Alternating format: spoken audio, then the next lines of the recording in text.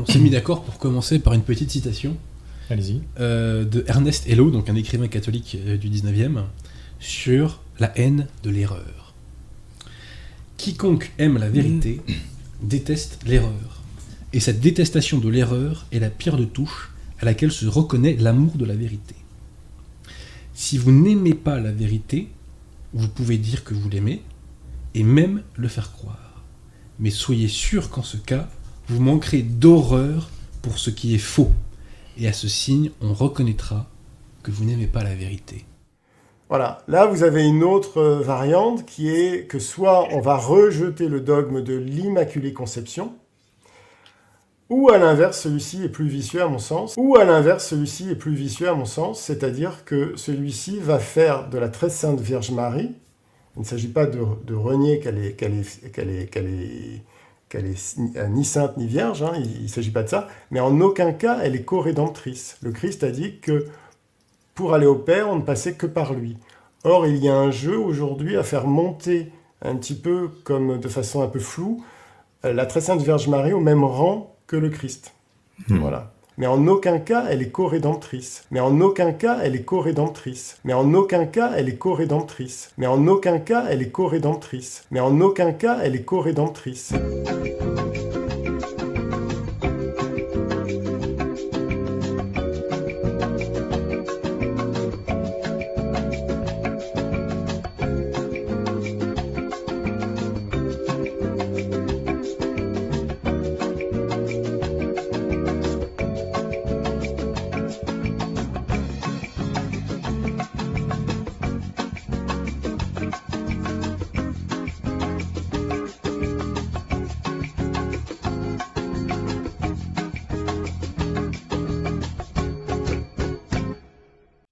Ce qui me plaît aussi dans Louis-Marie, c'est sa dévotion à la Sainte Vierge. Ah, on y arrive.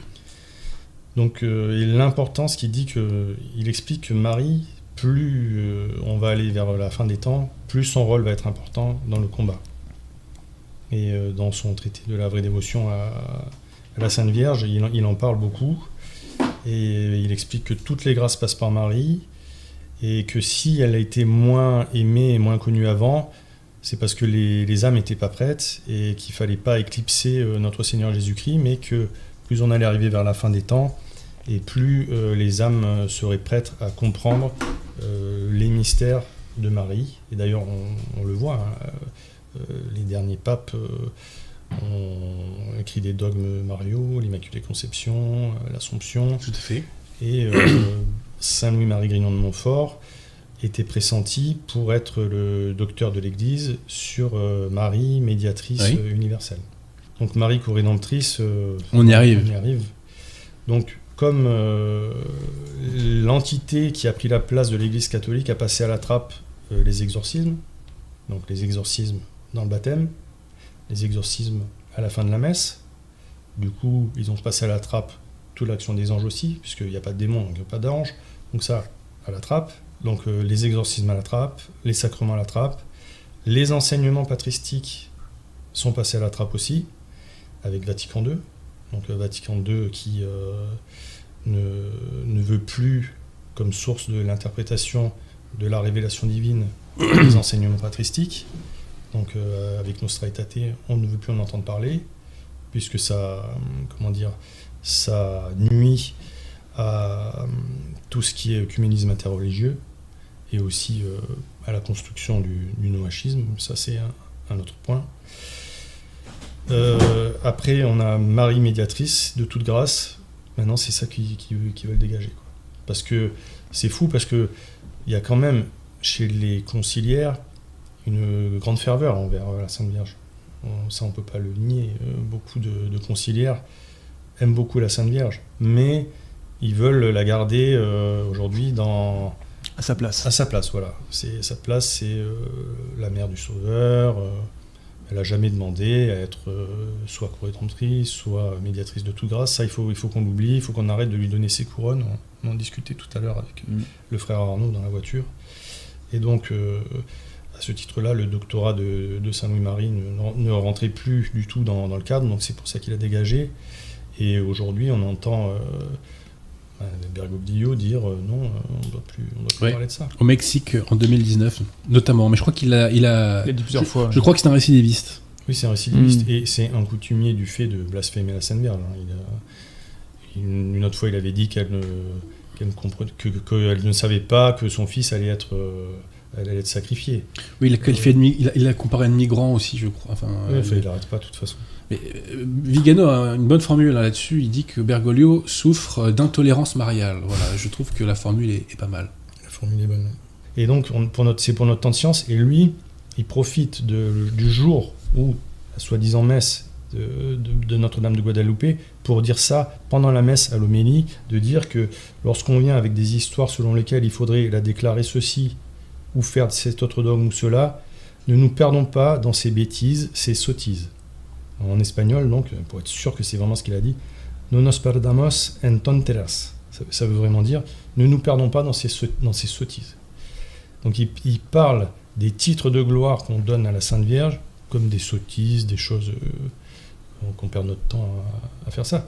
Alors que il y avait une impulsion depuis tous les derniers papes où justement la Sainte Vierge, je vais dire un mot qui est peut-être pas juste, c'est monter en puissance dans la religion, et ils incitaient justement tous les théologiens mariaux à réfléchir sur la Marie médiatrice de toutes les grâces et Marie co-rédemptrice. Et même Pie XI a écrit il dit ça, ô mère de piété et de miséricorde, qui assistiez votre doux fils, tandis qu'il accomplissait sur l'autel de la croix la rédemption du genre humain, comme co-rédemptrice et associée de ses douleurs, conservez en nous et accroissez chaque jour, nous vous en prions, les précieux fruits de sa rédemption et de votre compassion. Donc il a dit ça le 29 avril 1935. Donc il a utilisé le terme de co-rédemptrice, donc on peut pas... Il a utilisé aussi dans une allocution du 30 novembre 1933.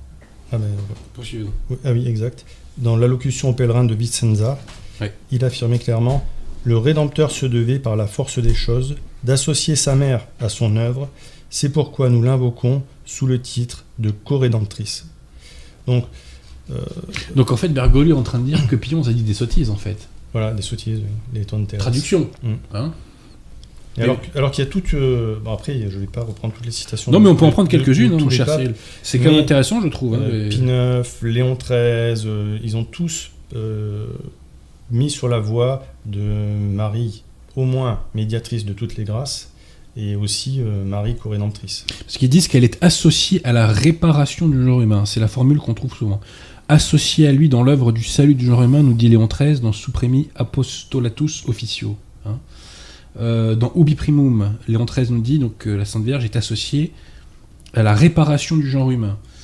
Benoît XV aussi, très explicite. En s'associant à la passion et à la mort de son fils, elle a souffert comme à en mourir pour apaiser la justice divine. Autant qu'elle le pouvait, elle a immolé son fils de telle façon qu'on peut dire avec raison qu'avec lui, elle a racheté le genre humain.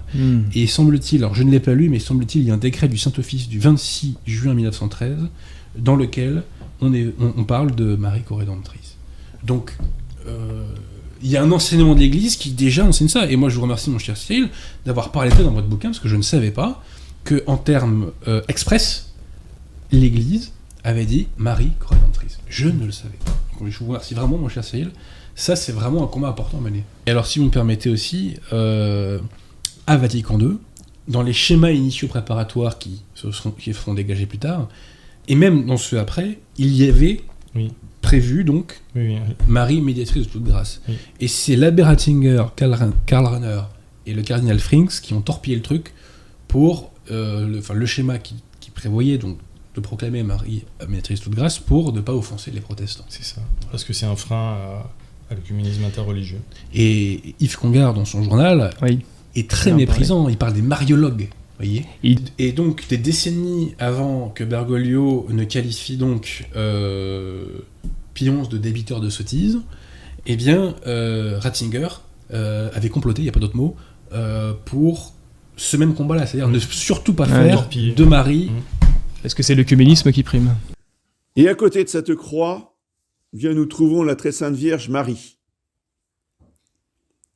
La fête d'aujourd'hui célèbre justement la co-rédemption de Marie, debout au pied de la croix. La très sainte Vierge Marie. Depuis l'âge de 4 ans, elle est au temple, je vous rappelle. Ses parents l'ont confiée au temple pour son éducation. 4 ans. Depuis l'âge de 4 ans, elle voit les prêtres qui égorgent les agneaux sur l'autel. Et elle connaît les Écritures. Elle apprend les Écritures. Et on lui a expliqué les souffrances du Messie. On lui a lu le chapitre d'Isaïe 53 sur les souffrances du Messie. Elle sait très bien que l'agneau qui est sur l'autel représente le Messie et le sacrifice du Messie. Elle ne sait pas encore qu'elle sera sa mère, mais elle attend ce Messie qui va sauver le monde par son sacrifice et ses souffrances. Et elle les veut, déjà, parce qu'elle sait que Dieu ne sauvera le monde que par les souffrances de son Fils. Depuis l'Annonciation, elle sait que c'est elle qui sera à côté de son Fils sacrifié. Elle sait que c'est elle qui va souffrir dans son âme tout ce que le Messie va souffrir dans son âme et dans son corps. Elle sait qu'elle va être associée à toutes ces souffrances. Oui. Ça, c'est un grand principe que je vous rappelle régulièrement pour les fêtes de la Sainte Vierge. Tout ce que notre Seigneur a souffert, a vécu, tout cela est souffert et vécu par la très sainte Vierge Marie. Tout sauf ce qui est propre à la divinité. Évidemment, la très sainte Vierge Marie n'a pas la vision béatifique. La très sainte Vierge Marie n'a pas l'omniscience divine. Tout ce qui est propre à Dieu, elle ne l'a pas. Et tout le reste, tout ce que Jésus-Christ a en tant qu'homme, elle l'a en tant que femme.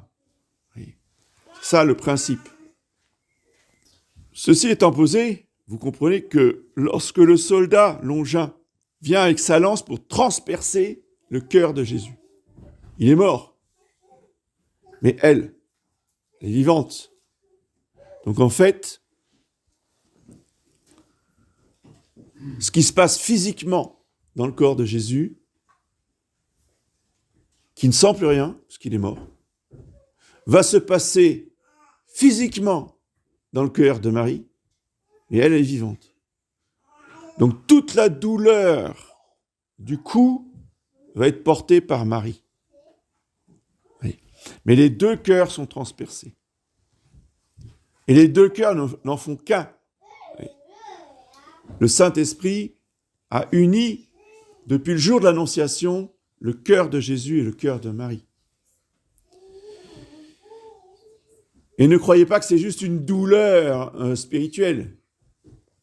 C'est une douleur physique. C'est la grâce de la très sainte Vierge Marie. C'est le martyre de la très sainte Vierge Marie. Le martyre de Jésus, c'est les clous dans les pieds, dans les mains. Le martyre de Marie, c'est le cœur transpercé.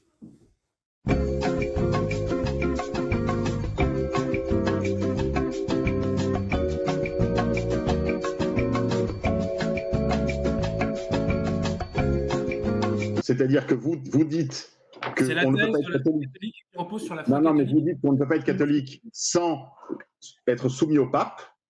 Et aujourd'hui, vous dites l'Église est sans pape. Enfin, vous ne voyez pas la contradiction dans les termes? Non, il n'y a pas de contradiction dans les termes. Bien sûr que c'est contradictoire dans les termes, puisque le Christ lui-même a promis dans la parole que j'ai citée tout à l'heure de l'Évangile de Matthieu que Oui. les portes de l'Hadès, les portes de l'enfer ne prévaudront pas contre elle. C'est ce Mais que l'on c'est appelle, vous qui pour ceux soutenez qui que nous les portes écoutent, de l'enfer. Parce que nous dit le magistère sur les portes de l'enfer? Les portes de l'enfer, ce sont les opinions erronées des hérétiques. Si, comme tu le dis, Bergoglio est pape, les portes de l'enfer ont triomphé, puisqu'il professe l'hérésie et il professe les portes de l'enfer. Il n'y a que la position sédévacantiste qui s'oppose ou plutôt qui est fidèle, excuse-moi, à la citation des portes de l'enfer, car nous seuls disons l'Église ne peut pas enseigner l'erreur. D'ailleurs, tu n'as pas répondu à ma question. Est-ce que les papes avant Vatican II ont enseigné l'erreur selon toi? En matière de foi, je précise bien. Mais en quelle occasion? Est-ce qu'aucun pape n'a jamais commis aucune erreur en chair? Bien sûr que si, ça doit pouvoir se trouver bien des fois. Je vais te donner un exemple. Il y a un exemple. Ben, je vais te donner un exemple. Honorius, par exemple, sur la question du monothélisme. Il n'a jamais professé le monothéisme, Sébastien. Tu connais mal tes classiques. Aucun des successeurs de Saint-Pierre, dans sa fonction, n'a jamais défailli dans l'enseignement de la foi ou de la morale. Jamais, jamais. Même les pires des comportements immondes de certains papes de la Renaissance ne entachera d'erreur l'enseignement de ces mêmes papes. Alexandre VI, par exemple, dont le comportement est tout sauf modèle dans ce domaine. Borgia pour les intimes. Voilà. Eh bien, sur le plan de l'enseignement de la foi et du gouvernement de l'Église, foi et morale n'a jamais enseigné d'erreur, alors qu'il pratiquait bien sûr des choses immorales, mais il n'a jamais enseigné d'erreur. Aucun des papes. Tout le monde sait très bien que toutes les calomnies qui touchent Saint Libère, Honorius et éventuellement Alexandre VI sont des faux en écriture, sont des faux historiques, et que jamais aucun pape, et d'ailleurs ces deux foi divine et révélée, ceux qui disent le contraire sont des hérétiques, puisque le pape, le Concile Vatican I, a bien d'abord étudié, certifié la question, et que le texte lui-même de Vatican I et de la Constitution Pastor Aeternus définit deux fois divines devant être tenues infailliblement par tous, et comme le fait que jamais le siège de Pierre n'a enseigné la moindre plus petite erreur d'aucune façon. Voilà. Alors écoutez, c'est pas selon moi, parce que moi je n'ai pas d'opinion personnelle en matière de foi. Donc moi je vous cite Saint Pilice. Vous n'êtes pas transparent. Pardon? Vous n'êtes pas transparent. Vous avez forcément un avis. Ah bah moi mon avis c'est celui de l'Église. Je n'ai pas d'avis propre, si vous préférez, en ces questions-là. Moi, je ne suis pas théologien, je n'ai pas la capacité de spéculer, donc moi, je me colle à l'enseignement de l'Église. Donc mon avis, c'est celui de l'Église. Donc l'Église, la société des vrais chrétiens, c'est-à-dire des baptisés qui professent la foi et la doctrine de Jésus-Christ, qui participent à ses sacrements et obéissent au pasteur établi par lui. Seules les communautés non nacum, malheureusement, et je m'en réjouis pas, Sébastien, je m'en réjouis pas, malheureusement, seules les communautés non nacum, cochent toutes ces cases, parce que ta hiérarchie adhère à des hérésies, ta hiérarchie a des sacrements qui ne sont pas valides, et vos pasteurs ne sont pas légitimes parce qu'ils ne sont pas catholiques. C'est en ces termes que je pose, Sébastien. Bergoglio est-il pape, oui ou non? Oui. Si oui, tu n'as si oui, l'enseignement de l'Église t'enseigne que tu dois lui obéir. Mais en matière de foi et de mœurs. Et tu ne peux encore pas une fois, je le répète, obéir, oui. J'obéis à, on va dire, à l'habitus de l'Église. Tu obéis à son enseignement. Est-ce que tu obéis à ses décisions? Mais il n'est pas prêtre de ma paroisse. Sébastien, quand il fait un enseignement à l'Église universelle, mais lequel? À son enseignement. Mais lequel? Mais lequel? Moi, tu sais, moi, j'ai sur la communion des divorcés remariés ou sur la mais ça ne me regarde pas. Ça concerne les pasteurs. Ça concerne les pasteurs. Tu n'es pas membre de cette société religieuse qui, selon toi, non, je ne suis pas membre de cette société religieuse. De l'Église ne te regarde pas. On a l'impression que quand le Vatican publie un document, il faudrait immédiatement si tu veux, le mettre en exécution dans sa vie. Je ne suis pas concerné. Oui, en matière de foi et de devoir, c'est le cas, bien sûr. Comment est-ce que les hérétiques sont arrivés sur le trône de Pierre? C'est ça qu'on ne comprend pas. Il y a un mystère là. Mais Sébastien, avant Vatican II, il n'y avait jamais eu de faux pape? Il n'y avait jamais eu? Si, sache que je vais à la messe en bas de chez moi. Je vais là où j'habite, je vais à la messe en bas de chez moi. Tu vas à la messe Paul VI? Je vais à la messe que tu appelles Paul VI, oui. Pour ma part, en mot de conclusion, retournez à l'église, approchez-vous de l'autel, demandez le baptême, ne vous faites pas endoyer par vos voisins, demandez le baptême, allez à l'église, choisissez ce qui vous correspond le mieux, parce que nous sommes des hommes et que voilà, choisissez les choses qui vous correspondent le mieux, essayez de trouver une nourriture qui corresponde à vos attentes, à vos espérances. Mais soyez sûr d'une chose, c'est que l'Église catholique reste l'Église une, sainte, catholique et apostolique, fondée par le Christ, avec à sa tête, très imparfaitement, je le reconnais bien volontiers, le pape et uni à lui le collège des évêques, qui sont les successeurs des apôtres. Et n'allez nulle part ailleurs. Sinon, si vous avez une ecclésiologie qui ne veut pas du pape, allez au moins dans une église avec laquelle, je veux dire, qui a cette ecclésiologie, mais qui a aussi... de la danse des canards. Non, j'ai pas dit ça. Mais si vous ne voulez pas, Adrien, et vous aurez la parole. si vous ne voulez pas aller dans une église gouvernée par le pape, allez, par exemple, puisqu'ils ont la même ecclésiologie que les protestants et les orthodoxes, mais plutôt que d'aller dans les chapelles sédvacantistes, allez, approchez-vous des orthodoxes. Mais plutôt que d'aller dans les chapelles sédvacantistes, allez, approchez-vous des orthodoxes. Approchez-vous des orthodoxes. Mais ne restez pas. Arrête sur image, Sébastien. T'incites Non, mais les ne gens restez à pas. aller chez les schismatiques orientaux? C'est toujours mieux que d'être chez les vacantistes sans autorité.